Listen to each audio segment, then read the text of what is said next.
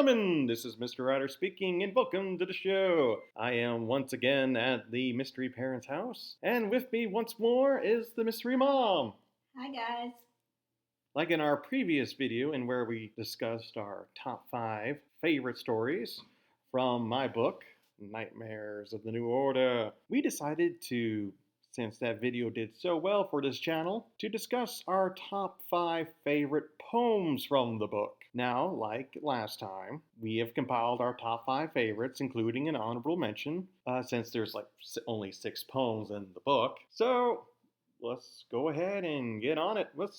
Oh, and of course, like last time, we'll get to her favorites when I'm done with mine, and we'll have to see if we agree or disagree on each one. All right, sounds good. All right, so for my honorable mention, it is surrendering. It's an honorable mention? That is the honorable mention, yes. Okay.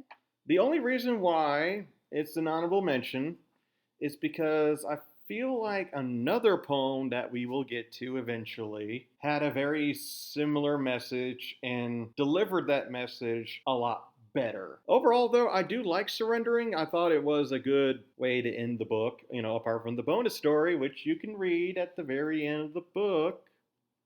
Had it upside down for some reason. Surrendering is a good poem, I thought, but not good enough to make it to my top 5 personally.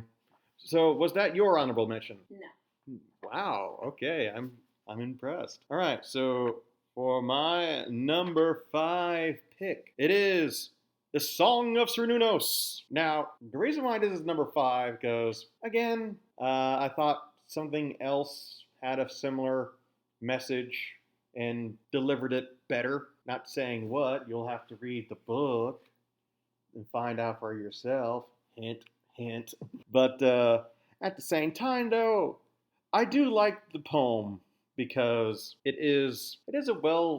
think it is a well-written poem. I think it is indicative of someone that has been betrayed and angered to the point of desperation. I personally enjoy it, and I enjoy the character of Cernunnos, this seemingly forgotten god that has been abandoned by mankind in favor of, Christianity, pretty much. Was the Song of Sununos your number 5 pick? Actually, it was my number 2 pick. Wow, really? Yeah. Because, the mannequin was my number 1 story. It had a similar background, right? That mysticism, and so I guess I like that kind of story. That does make sense. Yeah. That makes sense. Huh. All right. Moving on. My number 4 pick, The Crowman. Now, I hated to do it because I personally relate to the Crowman poem because it is about my dark side, the dark side that wants to get out and cause harm, all that. Something that I think we all have as human beings. Well, on one hand, we do talk about it. On the other hand, we don't talk about it enough. Or at least we like to pretend that it isn't there. But for me, it is very much there, and it is a very haunting presence. I hated putting it at number 4, however, because I really enjoy the poem. Well, it's just like you said, that you got other poems that were similar, so it was kind of hard to pick between them. It was, yeah. Basically, this one and the next 2 for me were the hardest to choose. Actually, for me, number 1 was fairly easy. Yeah. So, was the Crowman your number 4 pick? Yes, it was. Wow, we actually agreed on something for once. In the last video, we only agreed on one thing? I think so. Yeah, that was our number 2 pick. Yeah. This time around, we had almost out of the gate. Almost out of the gate. My number 3 pick. And again, I hated to do this. And for a while, it was my number 2 favorite poem. But another poem sort of edged it out for me. But it is Monster or Man. Again, this is a highly relatable poem for me because, well, growing up as someone that is a bit, different and growing up around people that don't accept you for your differences. Yeah. Well, that and, love is so easily lost with them. Right. You make one mistake and they hold it against you forever. That's true. Yeah. Sometimes. sometimes. But when I actually first got the book from the publisher, that was actually the first thing I read. I read that poem and I'm like, wow, this is, again, I find it a highly relatable book, a highly relatable poem. And I guess it does sort of edge out the Crowman in that it delivers that sort of darkness within you. Yeah, it's more personal. Yeah. So, was Monster or Man your number 3 pick? No, it was not. Wow. All right. So, my number 2 pick, just moving right along, and something tells me this might be a bit of a controversial pick compared to Mom's, but it is Mr. Sweet. Here's the reason why. I am a big fan of urban legends and internet culture and creepypasta, stuff like that. So the idea of Mr. Sweet actually came from that desire to try and make a sort of creepypasta character in a poetic sense. And I thought the poem delivered on that. I like the rhyme. I like the rhyme structure. I like the flow. And, I just like the way I read it. Like, Mr. Sweet, Mr. Sweet. It's just a fun poem. It's creepy. It's creepy. It's fun. I love it. We already know what your number 2 pick was. You said it was the Song of Cernunnos. Correct. All right. So, might as well go ahead and go on to what I assume is both of our number 1 picks. It's Sunshine in the Darkness. Yeah, that's right. Yeah, of course it is. Again, that is the most personal poem out of the entirety of this book. And one that pretty much everyone in the family so far has related to. Yes. Mm-hmm. Yeah. But, even though it reflects your feelings, growing up with that situation, but in the end, or the aftermath, that new growth is occurring. It is. And forgiveness, and so. I think it's a combination of the poem in the book and the death of a relative recently. Mm-hmm.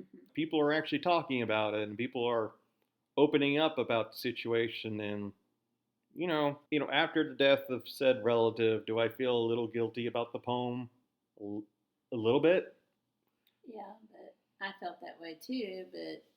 But the more time that goes by, that it seems to be doing good. So, in that sense, it was a wake-up call for a lot of people. It was. And coming, from your childhood and how you felt, I think it opened some eyes, and I think maybe some of the other cousins or relatives felt the same, and so this was a chance for them to let out their feelings too, that they were going through the same thing. I agree. I think more the death of the relative than the poem, of course. Yes. But at the same time, though, no one likes it when a relative dies. And especially something as tragic as what happened to them. But they're in a better place now. So. Yeah.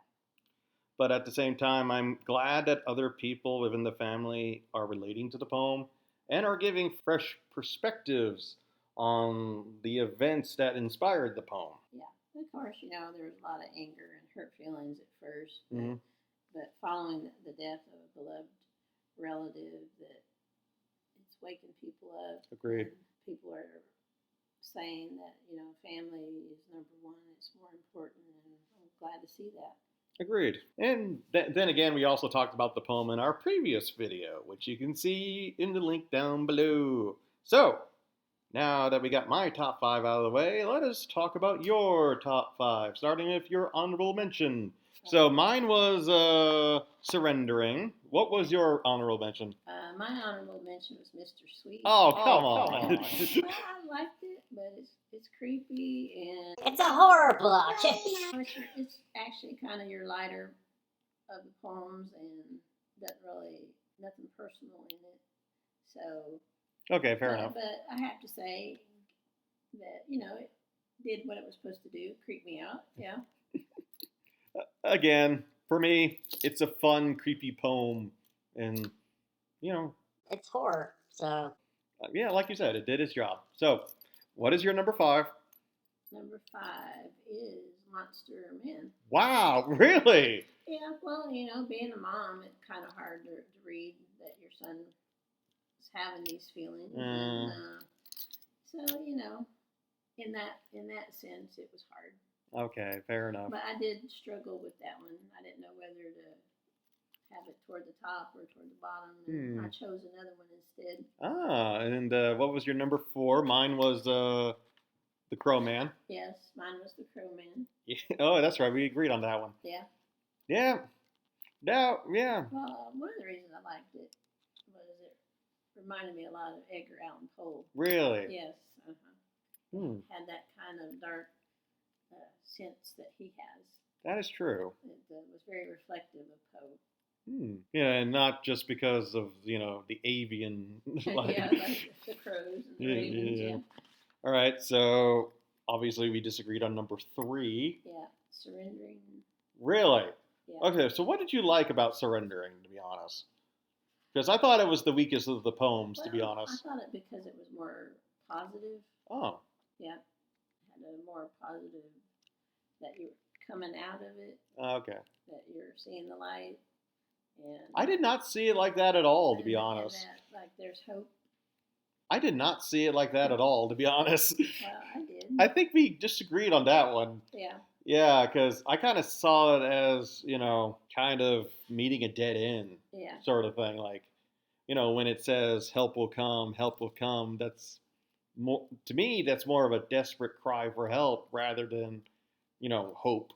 But yeah, that's just me. I thought it was kind of dark, to be honest. But well, at the end you say help will come, so you're crying out for help, and we know that you know you're turning a corner and that you have new perspective on this since you've written the book. True. That's what I see from it. All right, it's interesting that we have different perspectives on the same poem, which is, you know, again, literature is subjective. Unless you're Stephanie Meyer and have terrible grammar.